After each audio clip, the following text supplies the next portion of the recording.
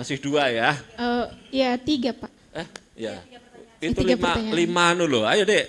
Oh yang belakang itu tadi ada. Udah lagi kakak yang pakai kacamata.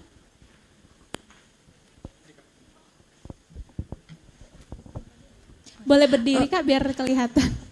Perkenalkan, nama saya Kartini Siombing, saya dari program studi administrasi bisnis. Jadi yang seperti sudah disampaikan oleh Bapak Ibu sekalian bahwa pajak itu merupakan pendapatan negara yang paling besar. Terus juga pajak itu kan dibayarkan ke pusat, daerah, serta provinsi. Yang ingin saya tanyakan kepada Bapak Ibu sekalian itu bagaimana Kementerian Keuangan sendiri memastikan bahwa transparansi dan akuntabilitas dalam pengelolaan APBN itu agar dapat meminimalisir risiko untuk adanya penyelewengan dana seperti korupsi atau penyalahgunaan anggaran. Terima kasih. Baik, terima kasih pertanyaannya Kak. Mungkin boleh dijawab Bu Lucy atau Pak Yusuf? Baik. Baik, buat Pak Yusuf kami persilahkan. Saya jawab lebih banyak, honor saya lebih banyak nih harusnya. Maksudnya nasi kotak honornya. Iya Kak, boleh. Oke, jadi bagaimana untuk memastikan akuntabilitas gitu ya. Sebenarnya kalau adik-adik itu kepo, ya itu bisa mencari tahu berbagai data dan informasi tentang pengelolaan keuangan negara. Oke, itu praktisnya. Normatifnya kita apa? Jadi semenjak tahun 2004, nah kan itu ada reformasi pengelolaan keuangan negara. Salah satunya adalah laporan keuangan pemerintah. Nah, penyusunan laporan keuangan pemerintah itu sudah mirip dengan penyusunan laporan keuangan di swasta. Ya, kita pakai kaidah, kita pakai standar akuntansi itu untuk memastikan ya, bahwa tidak menjamin bahwa laporan keuangan pemerintah itu apabila sudah wajar tanpa pengecualian itu bebas dari bebas dari korupsi, tetapi dengan adanya sistem atau standar akuntansi pemerintah itu memastikan penyusunan laporan keuangan itu dilakukan dengan baik. Misalnya gini, di pemerintahan di sistem keuangan itu ada namanya bagan akun standar. 6 digit. Itu tuh yang memastikan kode akun itu. Misalnya untuk belanja pembelian motor. Ya, itu harus benar-benar dipastikan kalau akunnya misalnya ya, belanja pembelian motor itu 53 ya. Lah tuh, KL5 aja tahu 5311 sekian. Itu ada tuh akunnya dan kita punya jutaan akun itu. Angka itu nanti diagregasi, itulah yang akan menunjukkan, oh beli motor itu sekian unit, sekian miliar se-Indonesia. Nanti bisa dilihat ketika melakukan pembayaran, di dalam sistem keuangan itu ada yang namanya, ada mekanisme check and balance antara kuasa pengguna anggaran dengan pejabat pembuat komitmen untuk mengecek kebenarannya. Kalau dia beli motor, maka harus si PPK ini istilahnya dia harus memastikan datang, oh iya betul motor baru, oh iya betul motor baru, mana buktinya. Itu salah satunya untuk menentukan kebenarannya secara material. Kemudian dilaporkan di laporan keuangan itu untuk akuntabilitasnya dan itu diaudit. Diaudit hasilnya diupload. Makanya kalau adik-adik mau melihat bisa itu. Kan laporan keuangan, kalau adik-adik belajar akuntansi, laporan keuangan itu kan harus mudah dipahami, ya kan? Mudah dipahami, untuk mudah dipahami itu harus mudah diakses. Nah sekarang ini semuanya bisa diakses setahu saya. Jadi sistem pembayaran yang ada mekanisme check and balance di internal satuan kerja, kemudian adanya standar akuntansi pemerintah yang memastikan penyusunan itu seragam. Nah itu semuanya untuk mendukung akuntabilitas dan transparansi. Di samping kita juga sudah menggunakan sistem online yang memastikan itu lebih cepat. Tidak ada lagi itu palsu-palsu tanda tangan, nggak boleh dan nggak bisa gitu loh. Karena sekarang itu pakai PIN kalau mau tanda tangan. Kalau dulu kejadian masih tanda tangan itu bisa dipalsu, makanya adik-adik ini mesti biasanya kan tanda tangannya rumit banget gitu, seperti kehidupan yang rumit gitu kan. Nah, nanti kalau jadi pejabat repot itu, Jangan rumit-rumit jadi bikin tanda tangan. Tirulah Bung Karno. Bung Karno tanda tangannya kan gampang. Signature is signify who you are, not to hide who you are gitu. Jadi orang melihat, oh iya ini Bung Karno. Ini siapa sih, ruwet banget gitu. Gitu ya, Dek Kartini Siombing. Ada tambahan Bu Lucy? Silakan.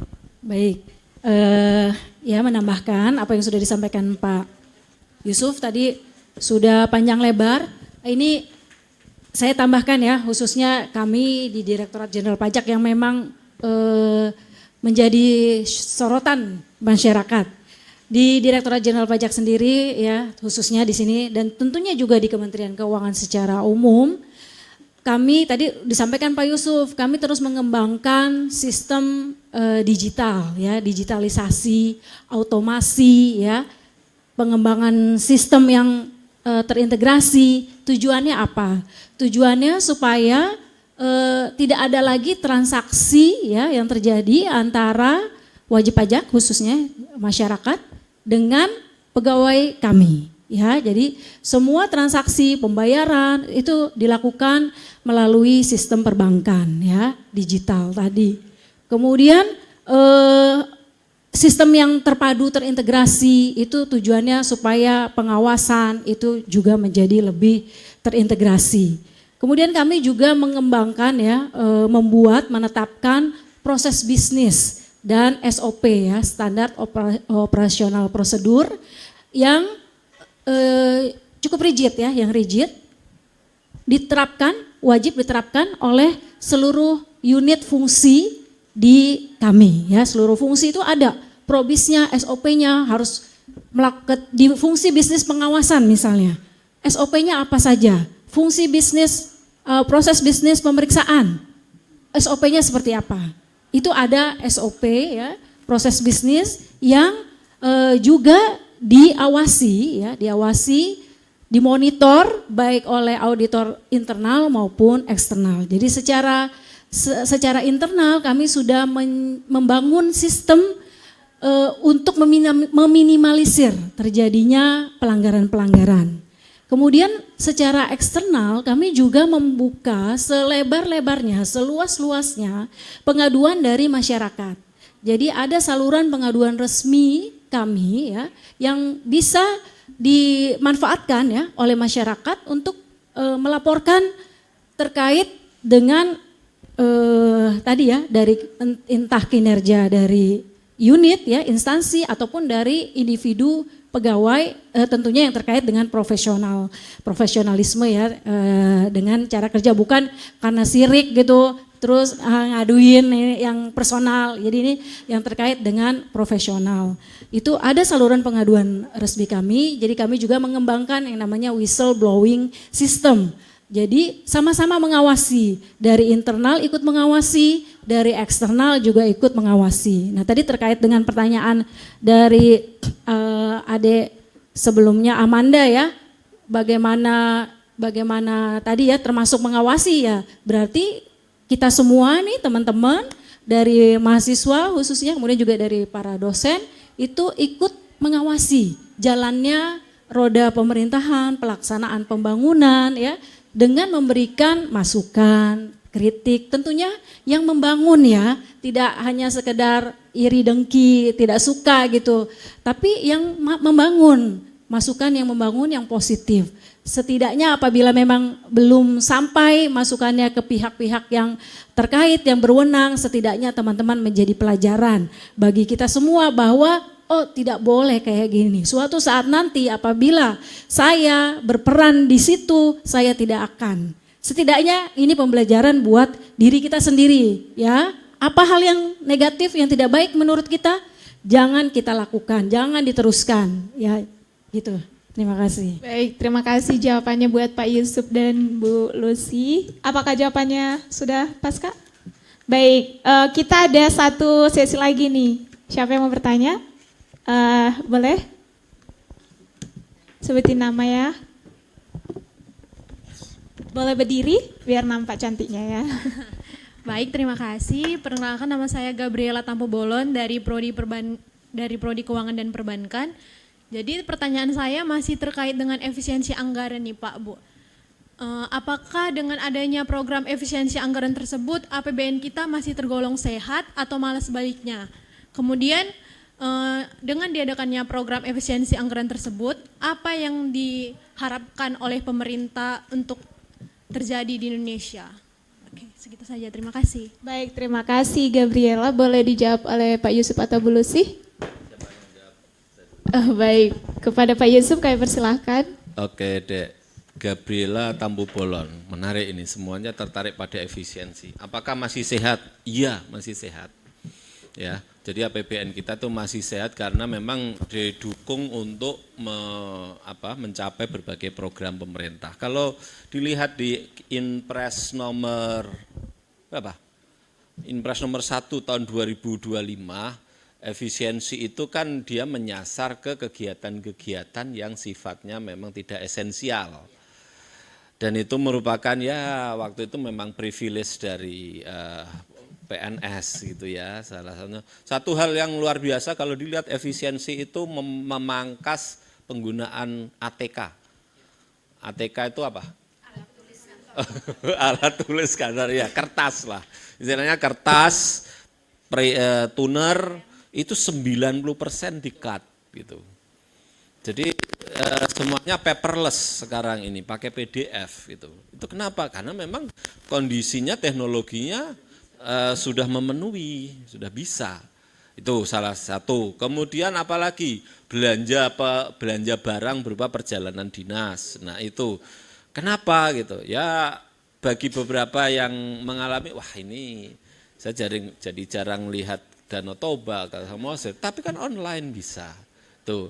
Jadi kan kemarin itu isunya efisiensi untuk hal-hal yang tidak esensial, gitu ya, yang seremonial. Makanya nggak boleh lagi perayaan yang megah-megah. Tapi sebenarnya itu yang dilakukan kayak dilarang kami di Kementerian Keuangan ketika misalnya hari keuangan, hari jadi Kementerian Keuangan, hari jadi Ditjen Pajak itu memang dari awal nggak boleh. Jadi memang ada ketentuan APBN itu tidak boleh digunakan untuk pesta semacam itu kan pesta dalam tanda petik ya, nggak boleh gitu, nggak ada itu alokasinya itu nggak ada, cari akun yang tadi 6 digit itu nggak bakalan ketemu itu, makanya itu kita ditegaskan oleh Presiden itu. Kemudian juga ya berbagai hal yang bisa dilakukan secara online itu. Nah duitnya untuk apa? Ya kan sebenarnya itu kan duitnya itu digeser, dialokasikan untuk kegiatan lain. Nah seperti diketahui pemerintah sekarang memiliki berbagai program unggulan, MBG itu kan sebenarnya arahnya untuk 2045 untuk mendukung. Jadi kalau kemarin itu Menteri Kesehatan kan ngomong itu, ingat nggak Menteri Kesehatan walaupun beliau sering berpolemik tapi dia orang yang sehat itu lebih tinggi gajinya gitu ya. Benar nggak? Betul itu. Nah asumsinya ya kalau semua siswa itu mendapatkan gizi yang baik, ya dia akan lebih sehat, belajar lebih tekun gitu ya. Karena saya juga waktu jadi mahasiswa ngerasain Bu, kiriman dari kampung telat gitu kan, aduh belajar nggak bisa keruas terus ini perut gitu, ini salah satunya ya itu. Kemudian apalagi mendukung Koperasi Merah Putih sekitar berapa 200 triliun atau kalau nggak salah. Koperasi itu kan ya kalau memang setiap desa ada bisa dari apotek, kemudian logistik, kemudian apalagi itu sangat mempengaruhi ekonomi. Jadi itu ya APBN masih tetap sehat gitu dan efisiensi itu memang dipakai untuk mendukung program dari pemerintah. Karena mungkin harap diingat satu hal ya, adik-adik, ketika APBN 2025 itu disusun dari mulai awal 2024. Waktu pemerintahan masih lama gitu. Ketika pemerintahan baru in action, operasional ya udah harus disesuaikan. Jadi seperti itu, adik. Itu aja, makasih. Dari Bu Luis sudah cukup? Ini udah selesai Bu pertanyaannya? Apa masih ada? Atau masih ada yang masih janggal dalam pikirannya, boleh dituangkan lagi? Oh waktunya sudah selesai ya. Mungkin jika ada pertanyaan bisa dari apa ya Bu, dari website yang ada di Kemenkeu lah ya, mungkin dari medsos juga bisa jika ada pertanyaan, saran, kritik atau masukan dari teman-teman yang belum sempat diluangkan pada hari ini. Satu lagi, kalau memang masih ada yang bertanya, silakan aja nanti bikin appointment datang ke kantor kami. Kayak kemarin itu kami menerima teman-teman dari Fakultas Hukum USU. Mereka ingin penjelasan tentang hukum keuangan negara, gitu, sistem pengelolaan. Datang bikin appointment, ada surat dari dekan atau apa ke kami, nanti akan kita tindak lanjuti. We are more than welcome to welcome you, gitu. Not only talk the talk, but we also provide some snack and drink. Jadi itu silakan aja datang nanti dengan bersurat. Ya, baik, terima kasih buat Pak Yusuf. Jadi buat teman-teman yang mau datang, jika ada pertanyaan lagi boleh langsung datang saja ya teman-teman. Mungkin ini bisa saya tambahkan bahwa kegiatan ini tadi kita rekam di video, kemudian nanti akan kami proses editing, akan kami tayangkan di, mohon izin nanti dari medsos kampus dan juga nanti di medsos kami, kolaborasi dengan medsos kami, sehingga nanti bisa dilihat ya, ditonton oleh masyarakat luas ya, termasuk masyarakat mahasiswa Civitas Akademika di Polmed ini. Kalau ada pertanyaan bisa juga nanti diajukan di situ ya, baik dari teman-teman yang hadir di sini maupun nanti yang menonton melalui medsos. Demikian. Ya, baik, terima kasih buat Bu Lucy, terima kasih buat Pak Yusuf buat kesempatannya. Nah, tidak terasa ya sudah jam 12, sudah mau jam 12, jadi sudah mulai lapar ya teman-teman. Jadi tidak mengganggu ya, ini udah mau jam makan siang dan acara kita sudah selesai, tenang saja. Nah, kita sudah berada di penghujung acara. Saya sebagai moderator dalam acara ini, Bapak Ibu terima kasih buat kesempatannya, kesempatan yang luar biasa sehingga kita duduk di sini sangat bermanfaat lah ya. Kita yang gak ada kesibukan, tiba-tiba kita mendapat wawasan dan pengetahuan dari Bapak Abdul Yusuf dan Ibu Lucy. Nah, kami mengucapkan juga terima kasih buat Bapak Ibu dosen yang sudah hadir, buat rekan-rekan mahasiswa juga yang udah sempat ya, aturan bisa tidur tetapi meluangkan waktu di sini. Ya, sangat luar biasa semangat dan antusias mahasiswa Politeknik Negeri Medan. Nah, di sini talk show ini sangat bermanfaat ya bagi kita karena dapat memperkaya wawasan yang kita tidak tahu, yang hanya dipelajari di kampus, tetapi di sini kita bisa mendapat lebih tentang pentingnya peran pajak dan pengolahan APBN terhadap transparan dan akuntabel. Nah, sampai jumpa di acara selanjutnya. Jika ada acara selanjutnya, buat Bapak Ibu dan rekan-rekan jangan lupa hadir juga karena sepertinya ini akan berkelanjutan ya Ibu ya, bukan hanya sekali ini saja. Ya, dengan topik yang berbeda dan sangat-sangat menarik untuk kita bahas. Nah, sampai jumpa di acara selanjutnya. Bisa mungkin teman-teman juga bisa mengajukan ini usulan ya, Bapak Ibu dosen, teman-teman bisa mengajukan usulan topik apa berikutnya yang ingin dibahas lebih lanjut, tentunya terkait dengan Kementerian Keuangan. Nah, itu kesempatan yang luar biasa bagi teman-teman atau Bapak Ibu dosen yang mempunyai topik yang sangat menarik, boleh diajukan juga. Nah, mungkin sampai di sini aja ya, Pak Yusuf, Bu Lucy, terima kasih buat waktunya. Selamat siang dan salam sejahtera bagi kita semua. Berikan tepuk tangan yang meriah.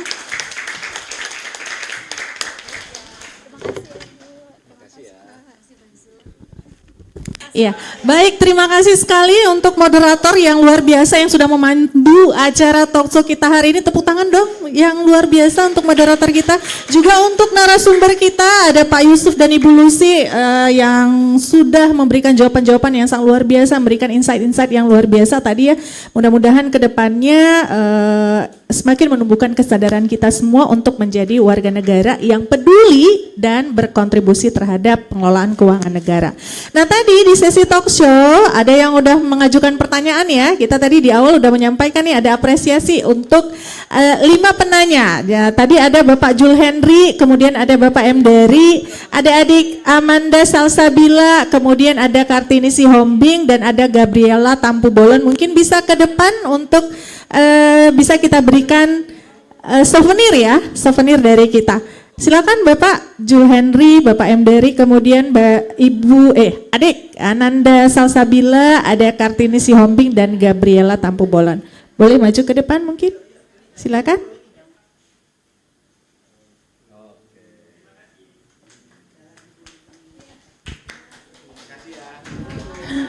Baik, terima kasih untuk Bapak Ibu dosen dan adik-adik mahasiswa ya untuk partisipasi aktifnya tadi sudah bertanya. Kami mintakan kembali kepada Bapak Ibu narasumber untuk tampil ke depan karena ini ada penyerahan plakat dari Politeknik Negeri Medan. Penyerahan plakat akan diserahkan oleh Bapak Dr. John Sihar Manurung SEMSI. Kepada Bapak Ibu narasumber kami silakan. Terima kasih. Sebelum kami serahkan tentunya kami menyampaikan terima kasih yang tidak terhingga kepada Bapak dan Ibu yang menjadi narasumber pada kesempatan ini. Jadi atas nama institusi mengucapkan terima kasih banyak. Semoga kegiatan ini berkesinambungan pada bulan-bulan yang akan datang. Ya, rekan-rekan mahasiswa nanti coba disampaikan kepada kami kira-kira topik apa yang menarik terkait dengan keuangan dan pajak. Ya, nanti kita juga akan sampaikan kepada narasumber kita sehingga kegiatan yang seperti ini bisa berlanjut dan berlanjut hingga saudara-saudara mahasiswa dan dosen dapat mengembangkan kapasitasnya dengan baik. Terima kasih, hidup Menkeu. Luar biasa.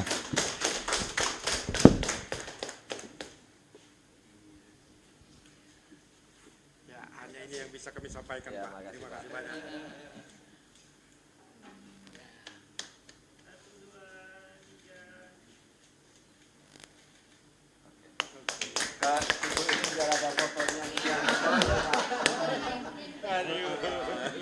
Nanti bagi dua aja. Terima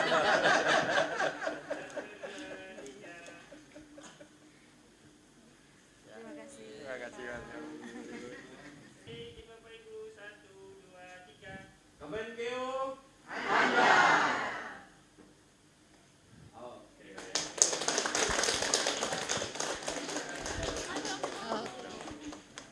Terima kasih ya Bapak Ibu semuanya, adik-adik semuanya. Luar biasa nanti kita ini lagi. Ini salon ini dari tempat kami di kemarin. Iya, jadi BPDPKS ini bagian dari. Baik, tidak terasa sampailah kita di penghujung acara. Terima kasih kami ucapkan kepada narasumber yang luar biasa dan adik-adik mahasiswa, Bapak Ibu dosen yang sudah mengikuti talkshow kita hari ini. Akhirnya saya Muan Rida di Panjaitan pamit undur diri, tetap sehat, tetap semangat dan sampai jumpa di acara berikutnya.